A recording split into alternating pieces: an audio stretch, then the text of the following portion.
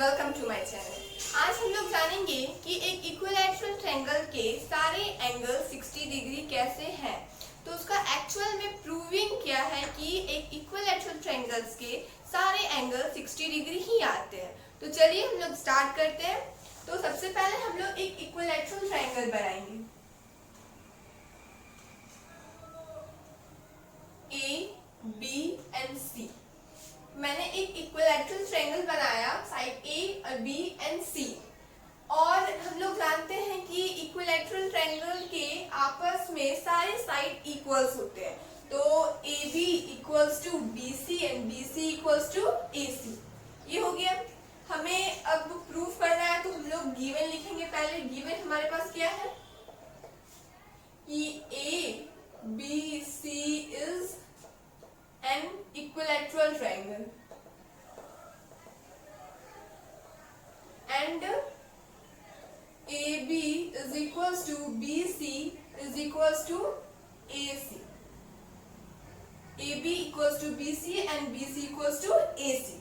हमें प्रूफ क्या करना है? Required to proof RTP is equals angle A is equals to angle B is equals to angle C is equals to 80 degree. Angle A, angle B और angle C तीनों आपस में equal है और 60 डिग्री है। ये हमें प्रूफ करना है। प्रूफ तो प्रूविंग में हम लोग लिख सकते हैं कि AB जब AC के इक्वल है तो एंगल B एंगल C के इक्वल होगा। Angle opposite to equal sides. तो हम लोग लिखेंगे AB is equals to AC, so angle B is equals to angle C। इसको हम लोग इक्वेशन 1 मान लेते हैं। रीजन डाल देंगे, angles opposite to equal side. Angle opposite to equal side, ये साइड के एंगल अपोजिट क्या हो जाएंगे? एंगल बी एंगल सी के अपोजिट हो जाएगा। और फिर हम लोग लिख सकते हैं कि A B is equals to B C. अगर ए बी बी सी के इक्वल्स है तो इसका अपोजिट एंगल क्या होगा? Angle C is equals to angle A. लोग लिख सकते हैं।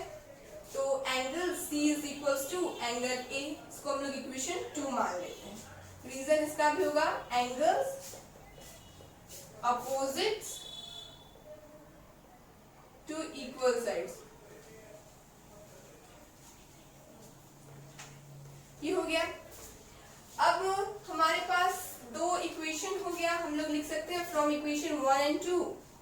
फ्रॉम इक्वेशन 1 एंड 2 हमारा इक्वेशन 1 एंड 2। इक्वेशन 1 में है कि एंगल बी एंगल सी के इक्वल है और इक्वेशन 2 में है एंगल सी एंगल ए के इक्वल है।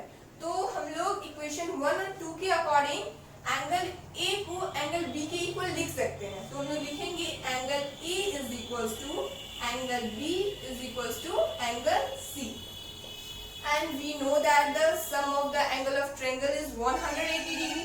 हम लोग जानते हैं कि sum of the angles of triangle 180 degree होता है। तो angle A plus angle B plus angle C is equals to 180 degree. अब हम लोग एंगल ए जब एंगल बी और सी के इक्वल है तो हम लोग बी और सी के जगह पे एंगल ए को पुट कर सकते हैं, क्योंकि दिया हुआ है कि एंगल ए एंगल बी के इक्वल है, एंगल बी एंगल सी के इक्वल है। So angle A plus angle A is equals to 180 degree. 3a is equals to 180 degree. A is equals to 180 by 3. So angle A is equals to 60 degree. जब हमारा angle A 60 degree के equal हो गया तो angle A हमारा वैसे भी angle B और एंगल C के इक्वल है।